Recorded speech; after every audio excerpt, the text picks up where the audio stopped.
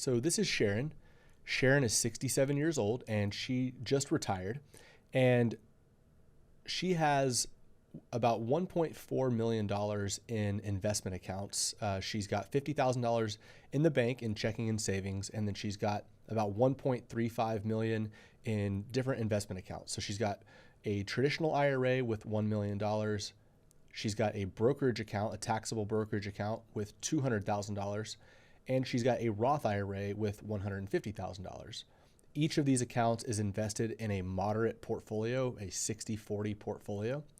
And she wants to spend about $4,000 per month in retirement.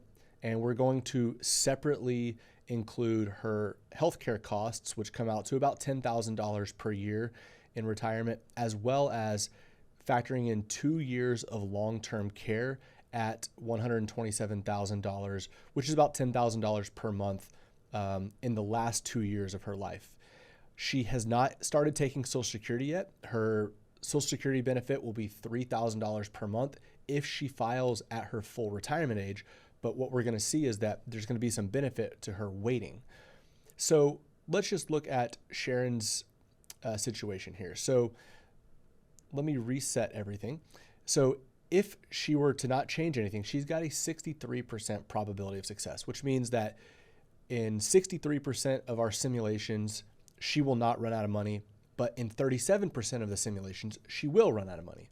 So we want to be a little bit more optimal with that if we can. And so one thing that we can do is have Sharon delay taking Social Security to age 70. So when we do that, that alone will increase her probability of success by quite a bit. And so what she will basically do during this period of time, if we look in here at the cash flows, is she will, instead of taking her Social Security, if we look at the withdrawals from accounts, she'll actually pull from that taxable account and the traditional IRA in order to make up her expenses before she draws her Social Security. Now, at the same time, while she is drawing from her taxable account, this is going to be a really good time for Sharon to look at a Roth conversion. And what we'll see is that if she were to do Roth conversions over the next few years, this will result in about $153,000 less tax paid if she were to convert up to her 12% income tax bracket. So that would be over the next couple of years, converting about $70,000 a year, and then 50, and then about 40 for the next couple of years. And then she would maybe be able to look at doing some small conversions throughout her 70s. But really what she's going to want to do specifically during this window before she starts drawing her Social Security is look to maximize her Roth conversions, because her income is going to be very low. She doesn't have Social Security income. She doesn't have any pensions. She's just going to be drawing from that taxable account and really just living off of her savings.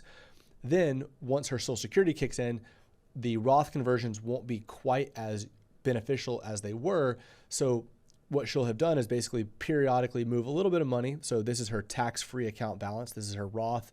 This is her traditional IRA. She's just going to be moving a little bit of money from this bucket to this bucket over the next few years so that it gets a little bit more balanced. And then once she gets to RMD age, so if we come back here to the cash flows, her RMDs won't be quite so high. So if we look at the current plan, if she doesn't make any changes, and then we come out here to age 70, let's just say age 75, this plan distribution means her RMD. So if she doesn't make any changes, then her RMD at age 75 will be about $53,000. And if we fast forward, let's say fast forward to age 85, her RMD is going to be $82,000. Now, if she were to implement these changes, and then we come back here to age 75, her RMD is about $50,000 to start. And then when she gets to age 85, it's only $78,000. So she's able to make a bit of a difference here. It's not a huge difference, but what we see again is that that's going to result in about $150,000 less tax paid, because she's going to be pulling about $440,000 less from her tax deferred accounts due to the implementation of these Roth conversions over the next few years.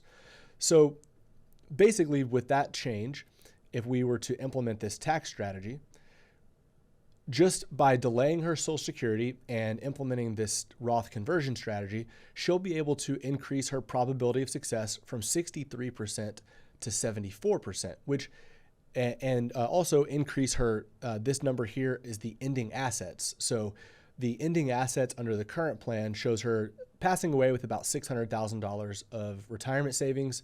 This, if she were to implement the changes due to the tax savings and the delay of Social Security, shows her passing away with about $920,000. So all things being equal, nothing's really changing other than taking the Social Security later and doing a few Roth conversions over the next few years creates an 11% increase in her probability of success and about $300,000 of more tax-adjusted ending assets. Of course, this specific example may or may not apply in your specific situation. The reason it worked in this case is because Sharon had relatively low expenses, a good retirement nest egg, and taxable investments that she could draw from while she waited for her Social Security to begin. This allowed her to wait on Social Security, but also take advantage of the lower income years with Roth conversions, which helped in turn reduce her long-term RMDs. If you'd like me to have a look at your situation and see how this might apply, I'd be happy to talk with you. Click the link in the description to schedule a 15-minute call with me. And if you found this video helpful, please like it and subscribe to my channel. This will help you find more of my content in the future, and it will also help other people like you find their way to it as well. Thank you so much for watching, and I look forward to seeing you in the next video.